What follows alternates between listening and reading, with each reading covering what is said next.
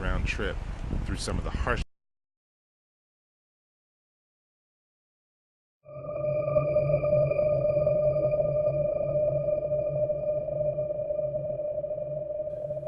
Springtime in the Arctic means the sun is almost always in the sky. This symbolic trip to assert Canadian sovereignty at the magnetic North Pole will take 16 days round trip through some of the harshest conditions on the planet. Well, minus 27 Celsius, the wind chill right now it's probably about minus 50, 60. Oh, the weather looks great. Nice and warm, like always up here. Here, temperatures drop to frightening lows. Frostbite can occur within minutes. When flesh freezes, there is a slight tingle, then numbness. When you defrost, you feel the pain.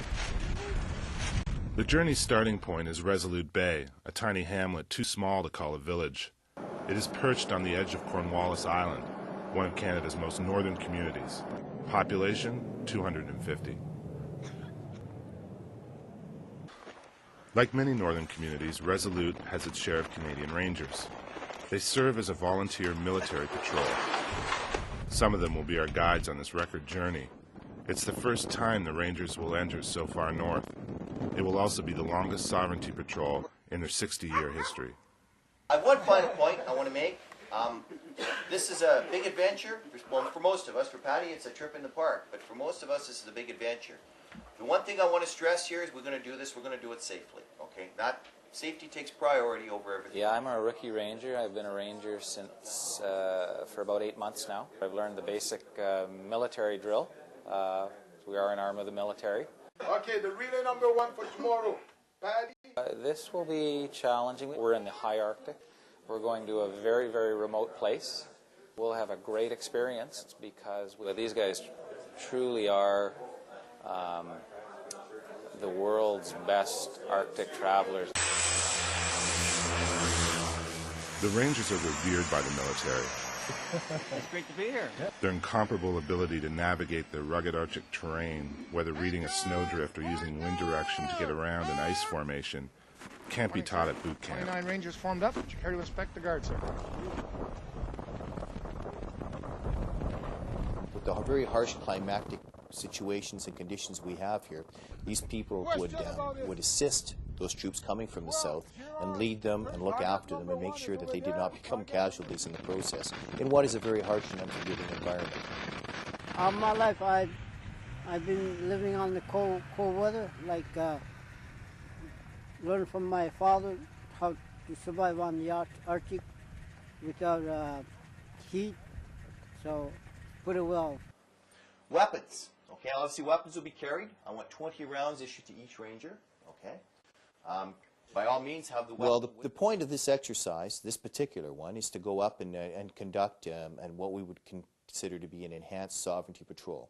We're going to do a trip from Resolute Bay, which is our second most northern community in the country, and from here cover and traverse the distance to the magnetic North Pole, or as close as we reasonably and safely can get. Understand that the area we're going to, there are no permanent inhabitants, and there is a threat in the fact that there is no permanent habitation under international law, that this could be considered kind of land up for grabs or resources up for grabs. It's undisputed at the moment. It will likely remain undisputed, but for the time being, until such time as it becomes economically viable and someone sees an opportunity there to exploit.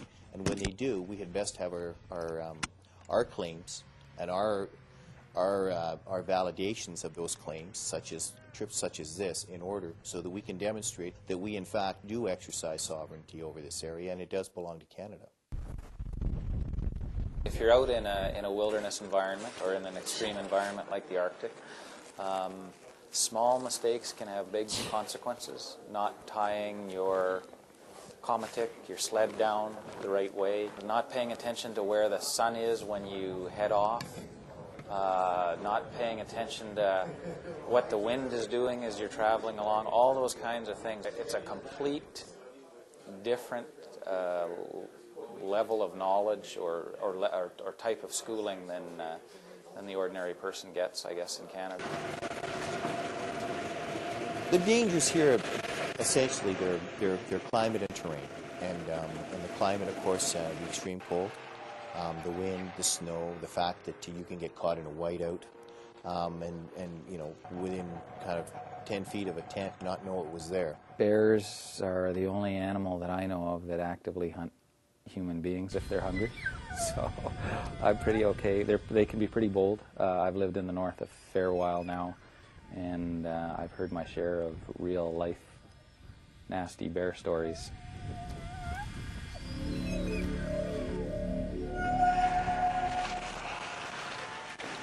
Morning. How you feeling? Good. Excited.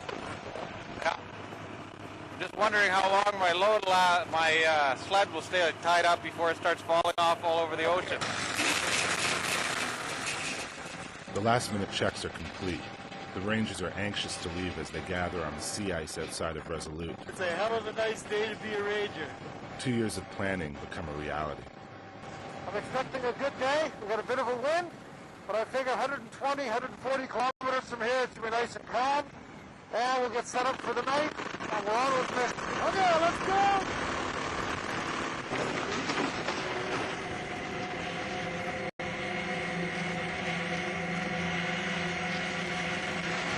It's only 4 hours from Resolute when the caravan makes an unscheduled stop. First day excitement is now first day anxiety. Oh, Leo's machine broke down. He blew a seal. We were just calling ahead to, I don't know if you can see it, Polaris. It's the most northerly mine in the country. They have a couple of spare skidoos. We're hoping we can get another one for Leo and then carry on our way.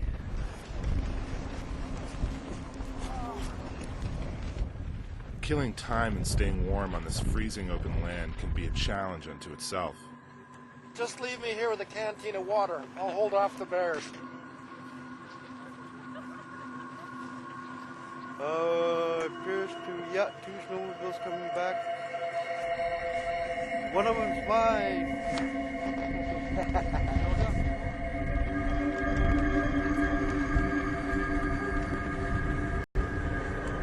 It's close to 2 hours before the patrol can continue. A long first day has become much longer than anyone had foreseen.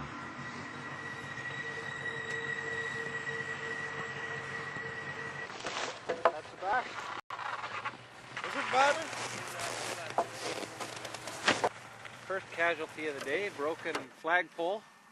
We'll break everything by the time the trip's over. The Rangers begin setting up for the first night's rest, but the canvas tents bring little respite from the cold. Tonight's temperature will drop to -30. I'm from Coral Harbor. It's on Southampton Island. And I'm married with 5 children and 3 grandchildren. And I enjoy life. And how old are you? I'm 41. 41. Turning 41 in June, I believe. Yeah, 41 in June. Julie, he has some knowledge there. He does a lot of looking and learning. When you look and learn, you learn a lot just by looking. That's what I used to do when my father was building an igloo or something. It's part of our culture to pass our knowledge down to younger generation. It's very important.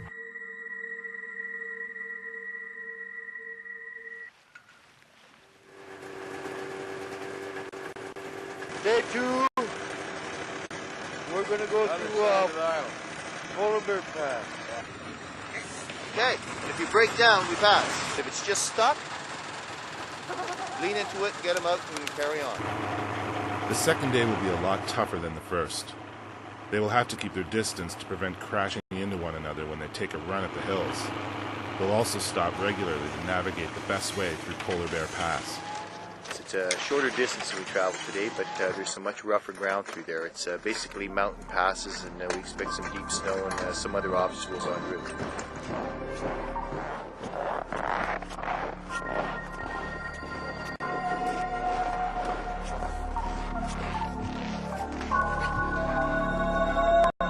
The scouts are looking for a safe way into the river valley. For our safety.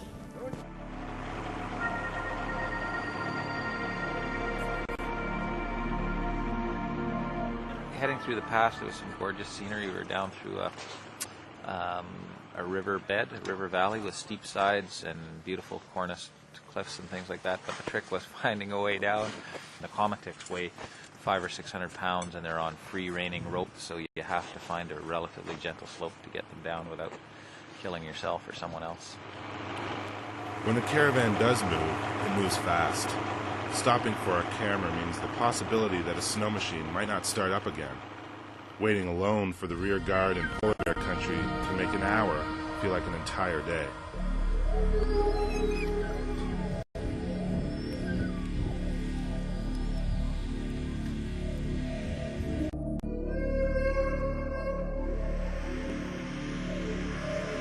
Despite the terrain, the patrol made good progress to the west coast of Bathurst Island.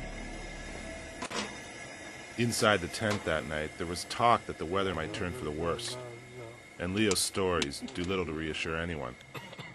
There were about 4 guys gone fishing, and it started blowing like crazy, like blowing snow real hard.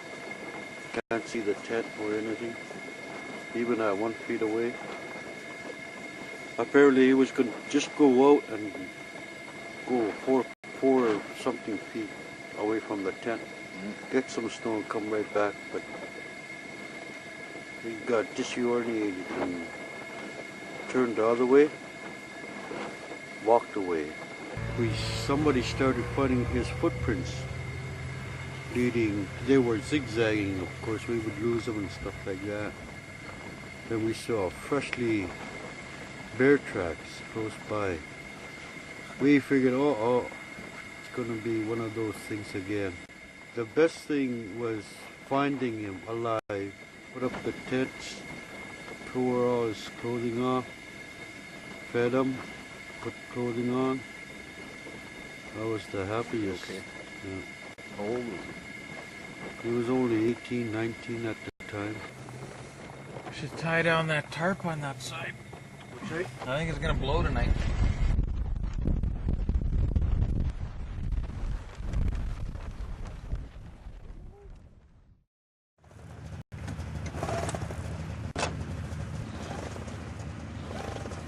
Sunny and warm. Highs are 30. It was cool when I got up this morning. This fog rolled in last night and covered everything in a nice frost. I'm guessing it's about 30 this morning, minus 30.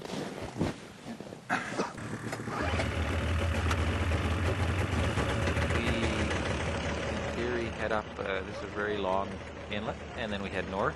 We, in theory, hit Helena Island, where we have a resupply. There's planes going to land on the ice.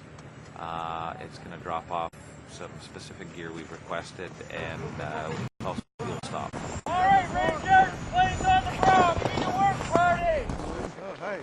Major LaRoche, the commanding officer, is here to take over, which means I get my kit, I get on the plane, and sadly I go home. But that's the way things work in the Army. Whoa! We're not looking too bad. We had one machine that was broken down beyond our capabilities to repair, so we took that out this morning on an airplane. But pretty well everything we've got right now we're able to fix with the parts we received on the airplane this morning, and we should be in good shape tomorrow morning when we deploy here north.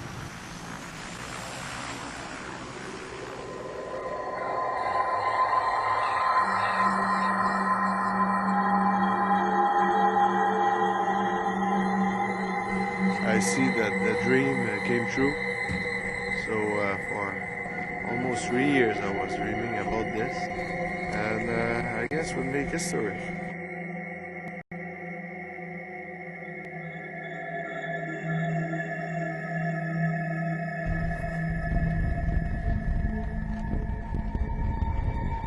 As the sun set in the sky, the Rangers try to rest up for what will be the hardest part of the journey.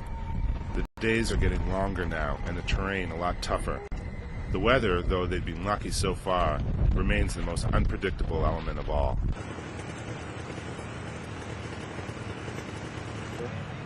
The reports we've received indicate that the ice from here, Helena Island up to King Christensen Island, are going to be rough, and we're anticipating probably a 10 to 12 hour hard day's ride to get up to the west side of the island. Today is an ocean crossing. I'm guessing we'll probably still be traveling at 10 or 11 o'clock tonight. So it'll be a long day. Progress on this day becomes incredibly difficult as the patrol tries to navigate the giant boulders of ice, some over 20 feet high. They drag their sleds over the obstacles, but have to be mindful of the danger that a snow machine could flip and pin them beneath it.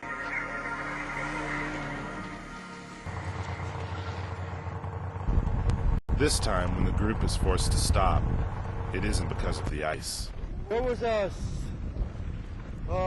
little house for the seals, but the bear got the seal part. Chili. That's Ian. By the fifth day, the group was growing sick of Army rations. Too many nights of chili has left the Inuit Rangers craving for something more.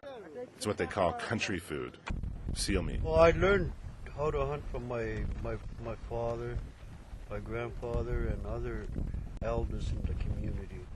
There's water. If we stand quietly, it'll probably come up.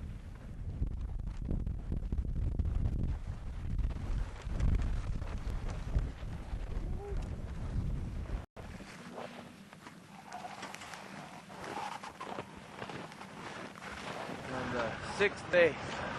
Start of the sixth day. We got just about as far to go as yesterday, so we're probably looking at about 125 clips. Should be a good long day again. Got the weather though, we've been lucky. But luck can't stop the relentless pounding of the sea ice. There's real concern that some machines won't make the whole journey. On all the trips I've done in the Arctic, I've done a fair number now. Anything high-tech or anything complicated gets destroyed within minutes or hours. Everything breaks in the Arctic. These guys are absolutely amazing with their skills at just fixing anything. They can take anything. I've seen some amazing stuff on snowmobiles, on Cometics, the way they've fixed them up and just keep on going. So it doesn't matter how far you are away from anywhere, these guys will just keep on going. So I'm just letting them do their thing because they know a heck of a lot more about it than I do.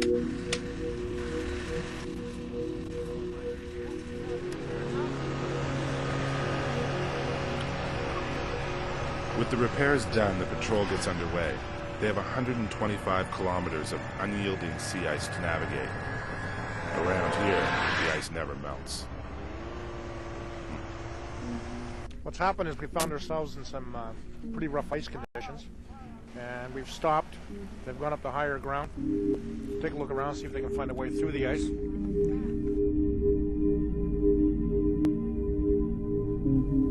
It's here that the Rangers showcase their unique expertise. They know how to travel this land better than anybody, but even they look worried. It's going to be rough. After some long deliberations, the caravan is able to continue. The hard work is rewarded with some of the most spectacular scenery of the entire journey.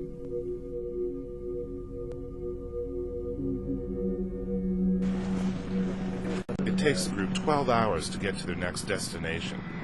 They will set up a camp in a deserted weather station. It's been abandoned for 10 years. 160 kilometers today. It was a long day. Lots of rough ice. As night falls, the cold wind whips the tents while the temperature drops. It's work just to stay warm inside. I'd say they're around minus 30. With the wind, it's probably about minus 50. And inside our tent, it's probably around, I'd have to say, maybe 0 to minus 10. Yeah, you go up on the second floor and there's no snow. There's carpets, there's beds. There was a note left from a guy. He said the last inhabitant of room 202, and it said 1989.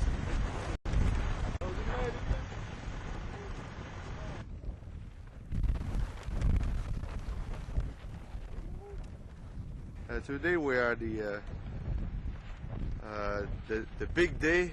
We are the 16th of April, And today we'll try to go as close as possible of the magnetic North Pole.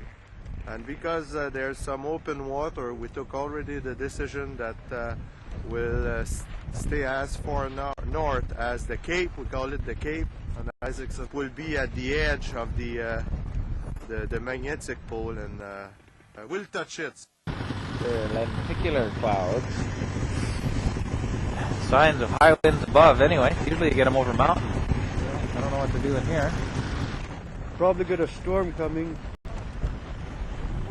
The final push to the magnetic North Pole brings with it the strongest winds of the trip. The Rangers are also racing against a storm that is said to be moving in. Inevitably, the conditions become too much for one of the snow machines. The suspension on one of the snow machines broke on the march to the pole. It's unfixable. The patrol is forced to carry on, but more bad news is never too far behind. Come off his machine, I guess, and he got run over by the comet deck. Okay, take it easy, all right? Yeah.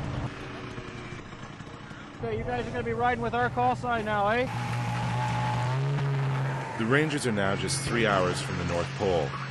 Turning back or stopping the journey is not an option.